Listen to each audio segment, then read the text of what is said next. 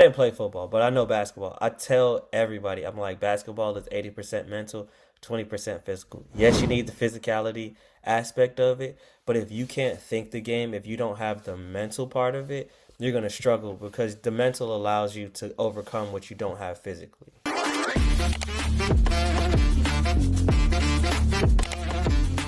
Welcome back to another episode of Back to Life. It's yours truly, Buckley on Air, and I have another special guest with me, Brittany Goose Daniels. She's a Thomas University graduate, and she's a trainer slash coach with DBAT in Lake Mary. How you doing today, Goose? Good, Dee. How are you? I'm good. Thanks for having me. I appreciate you for being willing to talk to me. So overall, a lot of these conversations stem around the idea that of the adjustment from life after sports. And what I've come to realize is nearly 8 million kids play sports in high school. And 7% of those 8 million kids, which is totals out to be 560,000, actually end up playing on the collegiate level. So for you, um, first question I like to ask is why softball? I think it's quite crazy to kind of look back at all of the sports I've played. Softball was actually my last sport growing up as a kid. I probably would have saved my parents so much money, but I went through it all. I went through soccer, I went through the gymnastics, the dance. I never played basketball. I'm only 5 foot, so the height I never had it.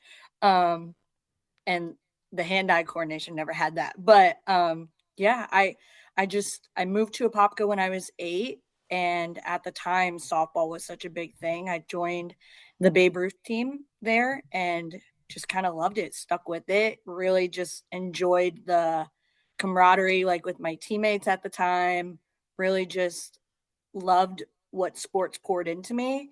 And yeah, I just stuck with it. And then I kind of got a little better as I got older, and then I got offered to play in college, and so I just stuck with it. I loved it.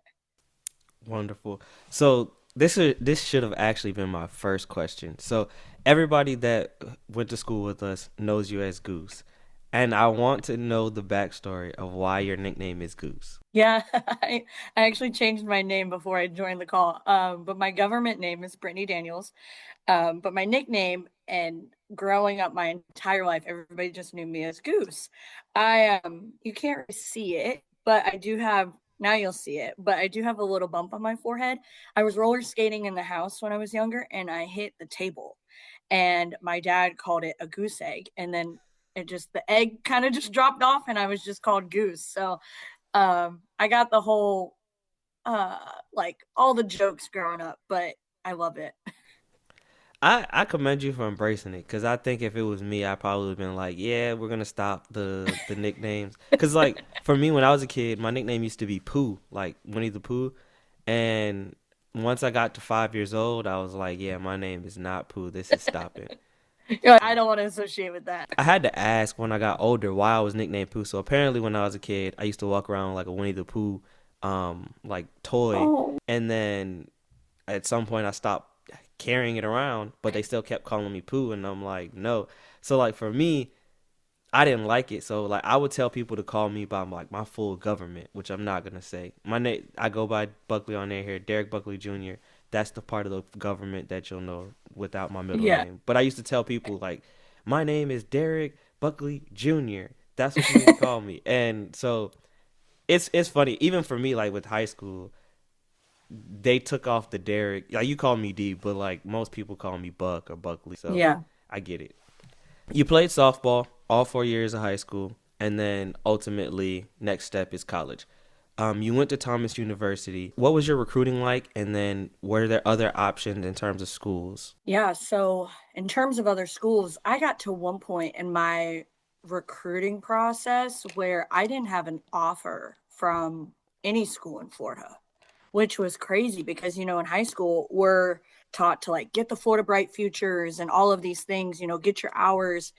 And for me, I couldn't even use Florida Bright Futures. I ended up going to a school in South Georgia, which is where Thomas is. But yeah, my recruiting process was very, I would say, unlikely, probably compared to a lot of other kids. Looking back, I committed to the school I got my first offer from. So I went up, I toured the school, I loved it. I met my coach, went with my dad, and I committed like right there on the spot.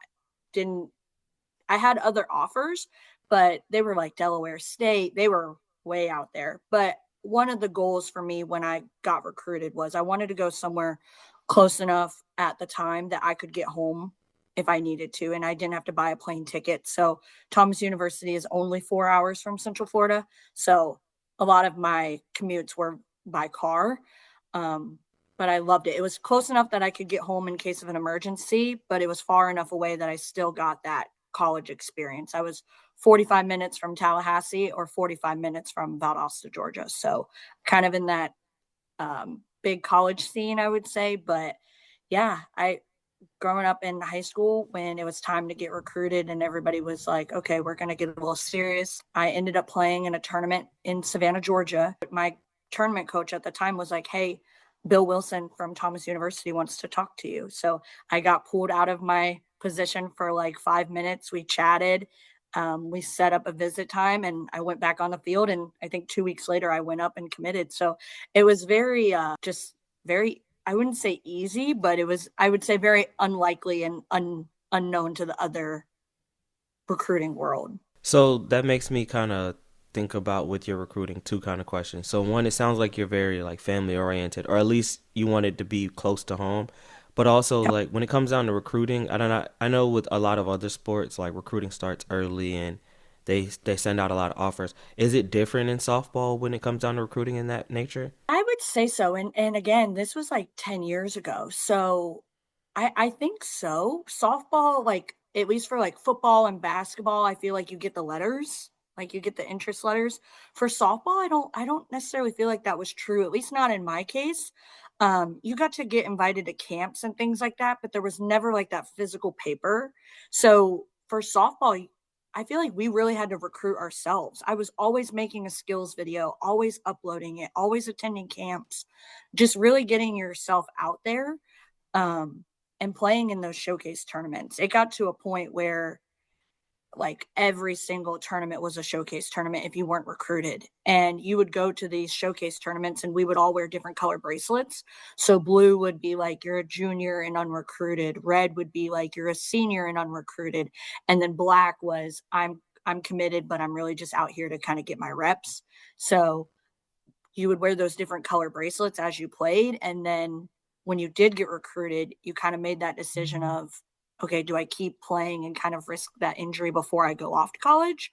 Or do I play and get my reps in going up, leading up to college? So I feel like the softball scene and that recruiting is a little bit different. But again, that was 10 years ago. So it might be vastly different than it is today. You said 10 years. We can't be showing our age, Goose. Sorry. No, you're good. So you ultimately choose Thomas. You get out there. I know that with any college student going away from home, it's an adjustment. I think it's also an added adjustment when you're an athlete. What was that adjustment like for you when you got to college? I think at first it was the excitement and like you want to get out there, you want to get into the scene, you want to attend class, that excitement, that initial excitement is really there. And I think it was for me in my freshman and my sophomore year. Um, my junior year is when I kind of really start to feel a little homesick. Me and my brother are 4 years apart, and he's younger than I am. So he was getting up to that like age of being like 18, 19, and I was really missing that, real, truly, ultimately. And my dad has been my greatest supporter in everything that I do in life. So I did see him. He would come up for games and things like that. But you get those little glimpses of home, and then they go home, and then you kind of go back to your life. So I kind of struggled with missing home and missing that part of your life the beginning of my junior year. But I had a really great, outstanding, like kind of show out season my junior year and going into my senior year. So that was kind of a good distraction. And then before you know it, I graduated. So the 4 years really flew by for me. So, especially nowadays, obviously, this is a different time. We're speaking about something that happened in a different time, but you had a breakout junior year. And then you, like you said, your senior year skip by. But did you ever consider transferring?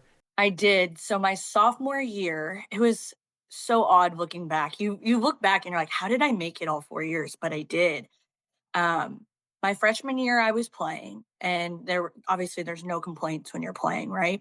My sophomore year, I wasn't getting as much playing time, and you kind of ask your questions like, is it me? Like, what am I not doing right? I'm attending the weights. I'm getting the grades in class. I'm working out on my free time. What is it really? So I kind of struggled my sophomore year. Um, but then fast forward to senior year, I look back on that sophomore year and it was like those were things so out of my control, right? Like I'm doing the best to my ability. I'm showing up in the best way that I know how, and I'm putting forth the best effort that I can.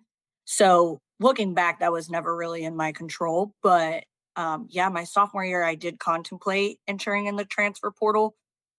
Um, but the transfer portal and the NIL is so different than what it is today. I felt very scared and intimidated if I were to ever enter the transfer portal back then, just because there's so many unknowns. And I was more secure in what I had here and fighting through it. And I'm glad that I did, right? I'm glad looking back that I stayed the course and I, continuously beat on my craft to have that outstanding junior and senior year. But yes, it did definitely cross my mind. So also with that though, something with me looking up, like Thomas University is NAIA, right? Yeah. So Yep. obviously there's different divisions and different levels with college. Obviously you're not getting the opportunity to play, but after you have the breakout junior year, I would imagine that there's possibility of like schools calling, Division 1 schools calling, or things of that nature. Did that happen, or did you ever consider trying to transfer up to play at a higher level? I considered transferring up to a higher level, like so a D2. So for softball, it's a little different. So you have your JUCO, your 2 year, your JUCO products. You have the NAIA, and then you have D3, D2, D1s. D3s don't earn any academic money, or I'm sorry, athletic money for D3s and softball. So I'm sure that there might have been some people that transfer to D3s, but for me, I I knew that I could probably play in the D2 level, like the shorters, of the world, but I didn't think D1 was in my reach only because of my size. I'm 5 foot. I'm short. Um, in today's world, these girls are.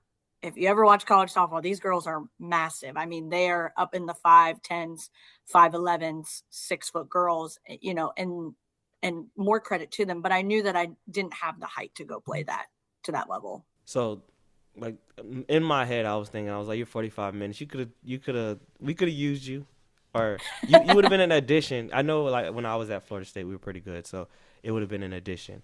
Um, Yeah. you wore the number 2 in college, and you said you also wore the number 14 in high school. Is there any significance to either of those two numbers for you? 14 was a number that my dad chose for me. That number has always just kind of been like a special, like kind of like a little special moment for us. But two, my college coach called me. I think it was over the summer, like before I went up, and was like, "Hey, you're gonna rock the number 2." And I was like, "Okay," like I don't know. Um, I was a little disappointed that I didn't get to choose my number, but looking back, I'm glad that I got to because it really, and I kept two all 4 years, so it really just tied that to my whole entire experience. So, and even when I play today, like if it's a backyard tournament or things like that, I'll rock the number 2 just because that number is so special to me. Got you. Um, Ultimately, for all college athletes, the next level you typically is professional. I know with softball, it's a lot different. Was there ever a consideration? Obviously, like you said, Division 1 wasn't in your range just because of your size, but like, did you ever consider or like explore professional options? I think in my mind, I did, right? There is a professional women's team. It's so crazy. It was different then, but there was one professional team called the Pride that plays out of Vieira, which is only like Cocoa Beach, which is only about an hour and a half away from here. And I remember multiple times where they would say like open tryouts. And I gave that a lot of thought of what if I just go, right? What's the worst they can say is no, but at least you can put yourself out there. But um I don't know. I think after college, I really just wanted to kind of jumpstart my life and just figure out what those next steps were for me. This is a great transition because with every, I think beyond being the athlete, I think with every person, once you're done with college, if you if you don't have a sense of reality, you kind of get dumped in the world. You go through college for 4 years. You're like, oh, when I graduate, I'm gonna get the job, or I'm going to start off and my career is gonna kick off. For you, softball's done.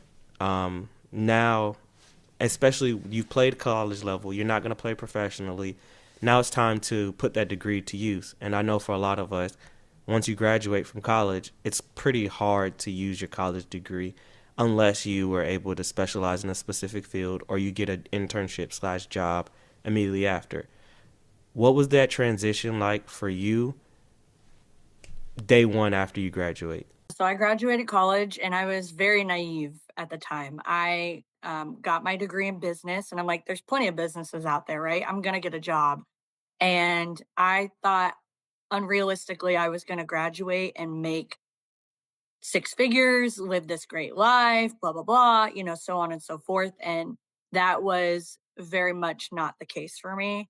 I think there was a period of like 6 months where I was applying for jobs and just never heard anything. And it's so crazy to look back at that job market and what the world was like then compared to what it is now, because now it's so hard to find a job, right?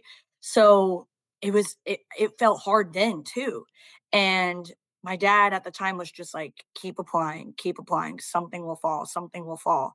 And when you just get that repeated no, you know, over and over, that rejection over and over again, I started to really fall into this kind of like really depressive, very anxiety driven mindset. And it felt like there was no way out of this tunnel. Like I could never see the light. And that was really hard for me. I actually ended up getting arrested out of college. um, so I graduated in May and I think I was arrested in August.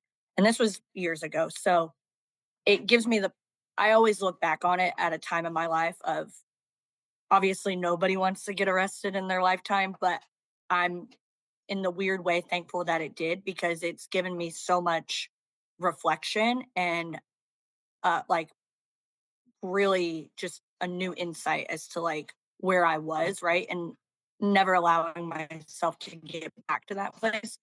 But yeah, I was arrested out of college and I remember I didn't get the handcuffs. I didn't spend the night in jail. I got to drive home. I had to make the call to my dad. That was a rough night in general. But I remember the police officer looking at me and saying, "What are you doing?" And I just looked up and was like, "I don't know." And he was like, "You just got out of college. Like, what are you doing with your life?" Um, and so, I had that kind of moment of rock bottom, right? And you know, after you get arrested, I entered into this what is called like a pretrial diversion program, essentially where if you do 6 months of your community service and you pay your dues and you keep your head down, then you can um, kind of move on, right?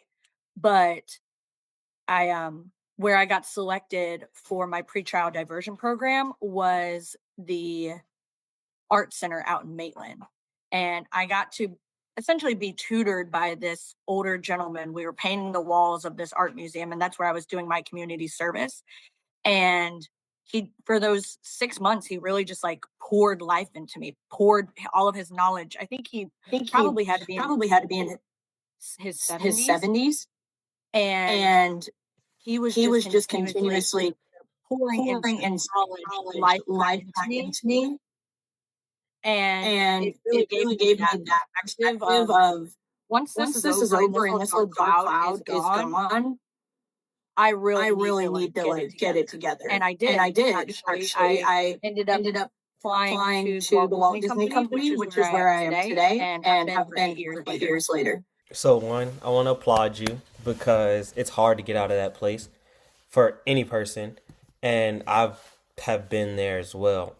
Something that you and I spoke about a little bit before we started, but I do want to kind of highlight just so you can give a little more insight about this part is you also mentioned to me that you were in a relationship that you shouldn't have been in. Can you speak to like how being in that relationship kind of enabled the depressive state? Because I know for me, I dated somebody for 5 years and they contributed because I've been sitting on this idea for this podcast for 5 6 years and I was with them for 5 years and they were discouraging me from doing this. And so I get out of that relationship and there's some residual effects that affected other relationships since then, but ultimately that played a part in where I am today, both positively and negatively. Yeah, Yeah, I I think think when when you you are are in a in a relationship, right? relationship, right? We We so so often I often think I look think for look like for the like the materialistic materialistic things of things like of like what do they what do they provide for provide for me? me? What do they What do they bring to the bring to the table? table?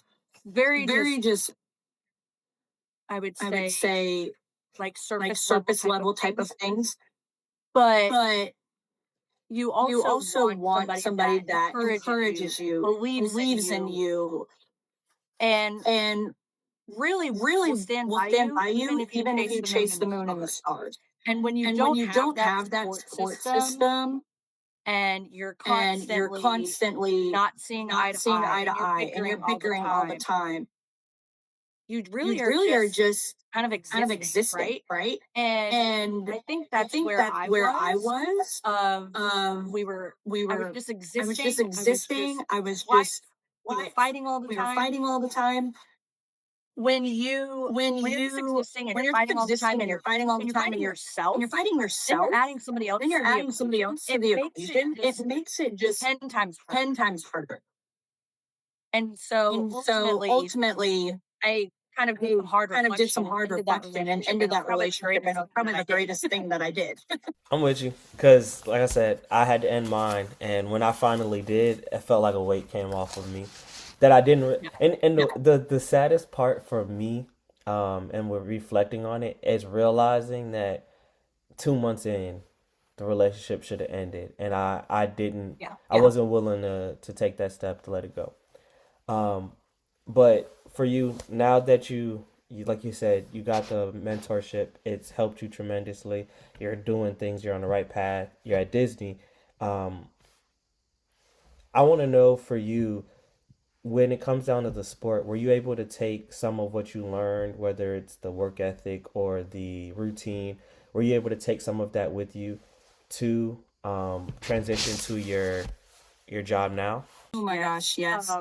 I I sometimes feel like sometimes I'm feel the like I'm the only only person in person my in my building that building has that ever has played ever a played college a golf sport or has or that has work. that work. I still I show still up show up locations locations 15 minutes 15 early minutes because early that's because just it's been just been ingrained in my engraved in my brain for brain so for so long. long. My My college coach college always coach told me, always if told you're me, if on you're on time, you're time, you're late. late. So I So show I up show up early to early to meetings, meetings, to physical physical locations locations early. early. I I really think definitely that think work that work ethic has ethic has stuck with stuck me, with me, and and that that team team mentality of mentality it's of it's for the for the team, it's team, not for it's not for me. me. And And I take I that take that perspective perspective even even working in all working of in my all of my projects as well projects as too. well too.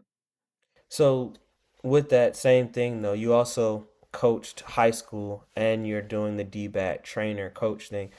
Um, how did you get involved with the coaching on either of those two fronts? When I I graduated graduated college. college, I'm still I'm still very very much in much love in with the love with the game, but game, but I I love the love the developmental developmental side of side it. of And it. And so so I I reached out to reached my out to alma my alma mater, mater, which is which is Apopka Apopka High, High, and and reached out reached to out Coach to Coach McQuinney, who is McQuinney, still who is there still there today, today, and and asked, asked, if if he had he had any any availability availability for an for an assistant assistant coach, and coach, he and did. he did. So I So ended I up ended up running running the the JV JV program program for eight for a years, year, and we and finished we 12 finished and 12 2, and which 2, which I I still still love. love. Um, Um, but but that that ended ended just just because because you don't you really don't really make make that much that as an much as an assistant assistant coach, and I coach. knew And that I I knew that kind of I needed kind to of make needed to adult make adult So, So yeah, I yeah, I ended up ended up applying for applying for Disney, Disney, and I got and I that got that job. job. And And then I then kind of I kept kind my of head kept my head down with down that with for the that for the 2 to 3 2 to 3 years. years. But now But I'm now at I'm at DBAT, DBAT, and I and I give give softball softball instruction instruction part-time part time out there of Lake out of Mary. Lake Mary. Got you. Um, so ultimately, you are the epitome of the journey when it comes down to athletics because you start off, you put in the work to get to the next level, you make it to college. You don't play professionally in your case, but you had that transition and it was difficult, but you made it through. There are plenty of people that don't do too well and then they don't get past and they live in the past of I used to be this Yep. person or this, that, and the other. So for you to transition out of that and then to be doing what you're doing now and pouring back into the youth with your sport, I commend you tremendously for that. Um, Thank you. you're welcome. You're welcome. Again, you made it to college, so at at the bare minimum, quote unquote, you at least know how to get to that level. So obviously, you do your training with the kids with the softball. But what advice would you give somebody that's trying to get to the collegiate level in any sport? I think I think there this is this is kind of kind of a a piece piece that I'm teaching a lot of teaching a my lot of kids my right kids now right out of now out of DBAT DBAT is is there's there's so much so much talent in this talent in this world. world, And and when when it it comes comes to you to you get to recruited, rooted, you're gonna be you're able to gonna be stack able to yourself stack up yourself against up other against talented other kids, talented right? kids, right? But where I But where think I you think you can can start to really really separate separate yourself yourself is is your your IQ and IQ your and knowledge your knowledge, about, right? For right? For softball, for softball, for example, example, a lot a of lot of kids kids will will make make great contact contact with with the the ball, ball or or the ball, but that's really really as as far far as as it it gets. gets. They They don't don't think think about about situations. situations. They They don't don't think think about about like like the the ins and ins and outs outs really of really the of the game and game and how how they they can can successfully successfully impact their impact their team. team. So I So I think think my my advice advice for for anybody anybody trying to get trying to get recruited is recruited really is what really can what you do can to you do to elevate your elevate game? your game? And it's And not it's not always always physical. physical. 90% of the 90% of the game game at all least is is 90% 90% mental, mental, right? So right? So where where you kind of kind of elevate elevate you yourself mentally mentally against all against of these all of other these other talented talented kids. kids. That might That beat might you on beat you on paper, paper, but but who's going to who's have gonna the have the knowledge that's going to knowledge take that's them gonna the take them the furthest? furthest? I'm glad you said that because even with basketball, and I didn't play football, but I know basketball. I tell everybody, I'm like, basketball is 80% mental, 20% physical. Yes, you need the physicality aspect of it, but if you can't think the game, if you don't have the mental part of it, you're going to struggle because the mental allows you to overcome what you don't have physically. Correct. Correct. Yep. Yep. Last question. How do you adjust back to life once your career is over? I think you I take think it you day by take it day day. by day. I I think one think of the one of the biggest things biggest for things for me me transitioning transitioning back back from from college college back to back to my my normal adult normal life adult life I was was I getting was getting so caught so up caught up in the in the six six year, year 2 years two down the years road, down like the road what like that what looked that like. looked like, And I was putting and I was so putting much so much pressure on pressure on myself, myself, right? right? And I And I think think just being just able being to able get to through get your through your day, day, right? right? Today's gonna Today is be going to today, be today, tomorrow's gonna be tomorrow's better, going to be better, right? right? Being Being better better today than you today were than you were yesterday yesterday is is something something so so crucial, crucial, right? right? And And not getting not so getting caught up so in the caught up long in the term, long but like, term, but what does like, my what does right my now right look now like? look like? Do I have a Do I have roof a over roof my over head? my head? Do I have Do a I have a support system support that I system can that I pour can into? pour into? Am I can I still Can go I still go outside and run outside a and 100 run a yard 100-yard dash? dash? Yes, right? Yes, Like, right? Like, what are the what are the positives positives that are that are going on going in on your in life your right life now? right now? And And not getting not getting so caught up so in caught like, up am in I like, gonna am have I that gonna have job in that job 6 in months? 6 And I months? think And that's I think where that's I was where I was struggling. struggling. And my And my dad, dad, I will finish probably it with finish this, it with but this, but my dad always my says a dad always great says a quote great is quote if you is take if you care of take care today, of today, it'll take it'll care of take care of tomorrow, tomorrow, right? right? And And that's that's what I what I think think will will help help with that with that large large transition transition is is what do you what have do you have today and today and focusing on the focusing on good the and good not and getting not so getting caught up so caught up in the in the unknowns and the unknown we don't and that know. we don't know. 'Cause ultimately you will know. It's not there It's yet. not there yet. Give me a second. I'm taking notes on that. Take care of today, and it'll take care of tomorrow. Yep. Yep. That's a great quote. Goose, I greatly appreciate you. Oh, Thank thank you. Thank you. Really, thank you for Thank you for having me. having me. I don't think, and I do want to say this, I hope you leave it in, is the The transition transition after after college college is so is so hard, and it hard, is and it not is talked not about talked enough. about enough. I know I that know you that see you see reports, I see I see reports reports of of people like people truly, truly ultimately, like ultimately ending their ending life their life because they because don't they don't know know how to how to transition. It's transition. so It's hard. so They hard. don't They have don't have that that community, and community, you and you really really do do allow allow people to people just to just say, say, "Hey, "Hey, I was I feeling was like feeling that like too," that and like too," and like that's that's really really accurate, accurate, And And I think I think people people sometimes get sometimes so get caught so up in caught up like in like they don't they have don't that have that physical physical person right person next right to me next that to I me can that I pour can pour into. into. But you But have you have communities like communities this like and this and podcasts podcasts that that really really remind people remind that people they're that not they're not alone, alone, and and like you like will you get will get through it. through It's it. It's just a just a matter of matter of time. time. So So I I love love that you do that you this do this podcast. podcast. I was I was so so excited and excited and thankful that thankful you that you asked me asked me to to participate. participate. Yeah, I'm But a yeah, big I'm a fan. big fan. Thank you. I genuinely appreciate that. You never know who's like paying attention or who's watching. Right. So Right. the fact that you said that means a lot, and it's encouraging, which means that I need to keep doing what I'm doing. And I Yes. probably Yes. need to tell more stories about myself too, because unless you know Yeah. me, you don't know Yeah. me. So I'm gonna keep doing this, and then I'm gonna also start telling more of my stories because I think that'll make it also relatable. Yeah. Yeah. Perspective. Perspective. It's that's Everybody everybody wants to know, wants to right? know, right? Yeah, that's true. Yeah. I Yeah. I feel appreciated. That warmed my heart. Good. I'm glad. I'm glad. Well, thank Make you. sure you guys, you're welcome. Make sure you guys like, comment, and subscribe.